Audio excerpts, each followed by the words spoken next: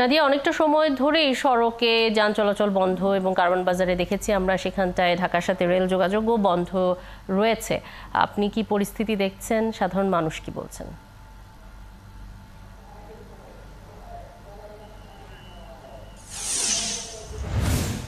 ধন্যবাদ। দেখি কারওয়ান বাজারে একটি গুরুত্বপূর্ণ পয়েন্ট, আপনি জানেন একই সাথে মেট্রো রেল রয়েছে, সামনের দিকে রেলপথটি রয়েছে এফডিসির সামনে এবং মগবাজারের দিকে, আবার পাশাপাশি রাস্তার যোগাযোগ তো রয়েছে।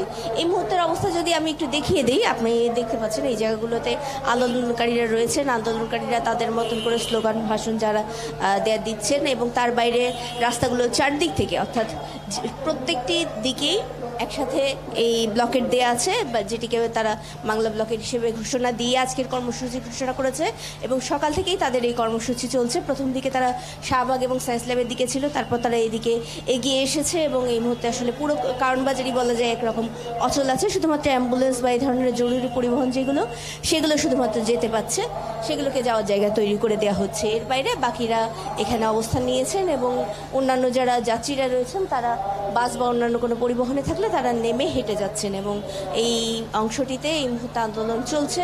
সামনে ফার্মগেটের দিকেও আন্দোলন চলছে বলে আমরা জানতে পেরেছি এবং বাংলা মোটর বা এর আগে শাহবাগ, মৎস্য ভবন, এইসব জায়গাগুলোতে আন্দোলন চলছে। এর পাশাপাশি যেটি বলছিলাম যে এফডিসি গেটের সামনে যে রেল লাইনের জায়গাটি রয়েছে সেই জায়গাটিতেও আন্দোলনকারীরা অবস্থান নিয়েছেন এবং তারা সেখানে রেল লাইনের উপর বিভিন্ন জিনিস রেখে এবং তারা অবস্থান নিয়ে সেই রাস্তাটি বন্ধ করেছেন, যার কারণে মগবাজার থেকে কারওয়ান বাজারে আসার রাস্তাটিও বন্ধ হয়ে গেছে এবং এর বাইরে যে মেইন রোড যেটি ছিল, অর্থাৎ একেবারে মৎস্য ভবন, ফার্মগেট পর্যন্ত যে রাস্তা, সেই রাস্তাগুলো ব্লক হয়ে রয়েছে। মিরপুরের দিকেও আমরা আন্দোলনের খবর পাচ্ছি এবং এর বাইরের বিভিন্ন জায়গাগুলোতেও তারা একে আন্দোলনে নামছেন বা জনসংখ্যা যেটি রয়েছে সেটিকে দল ভারী করছেন বা জায়গাগুলোতে আরেকটু মানুষ জড়ো করে এই আন্দোলনগুলো জোরালো করার চেষ্টা করছেন।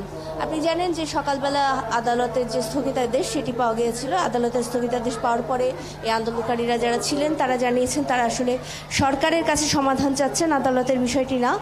তো সেই জায়গা থেকে আসলে তারা সরকারকে এই সমাধান দিতে বলছেন এবং সেই কারণে তারা আন্দোলন চালিয়ে যাচ্ছেন এবং তারা তাদের এই আন্দোলনের সাথে এই আদেশের কোনো সম্পর্ক নেই বলে জানাচ্ছেন। মেট্রো রেল এখনো চলছে, মেট্রো রেলের যে সেখানেও যেহেতু সড়কে চলাচল করা সম্ভব হচ্ছে না, তাই মেট্রো রেলেও অনেক ভিড়, যেমনটি সহকর্মী ইশতিয়াক ইমনও বলছিলেন। অনেক ধন্যবাদ নাদিয়া শারমিন, সঙ্গেই থাকবেন।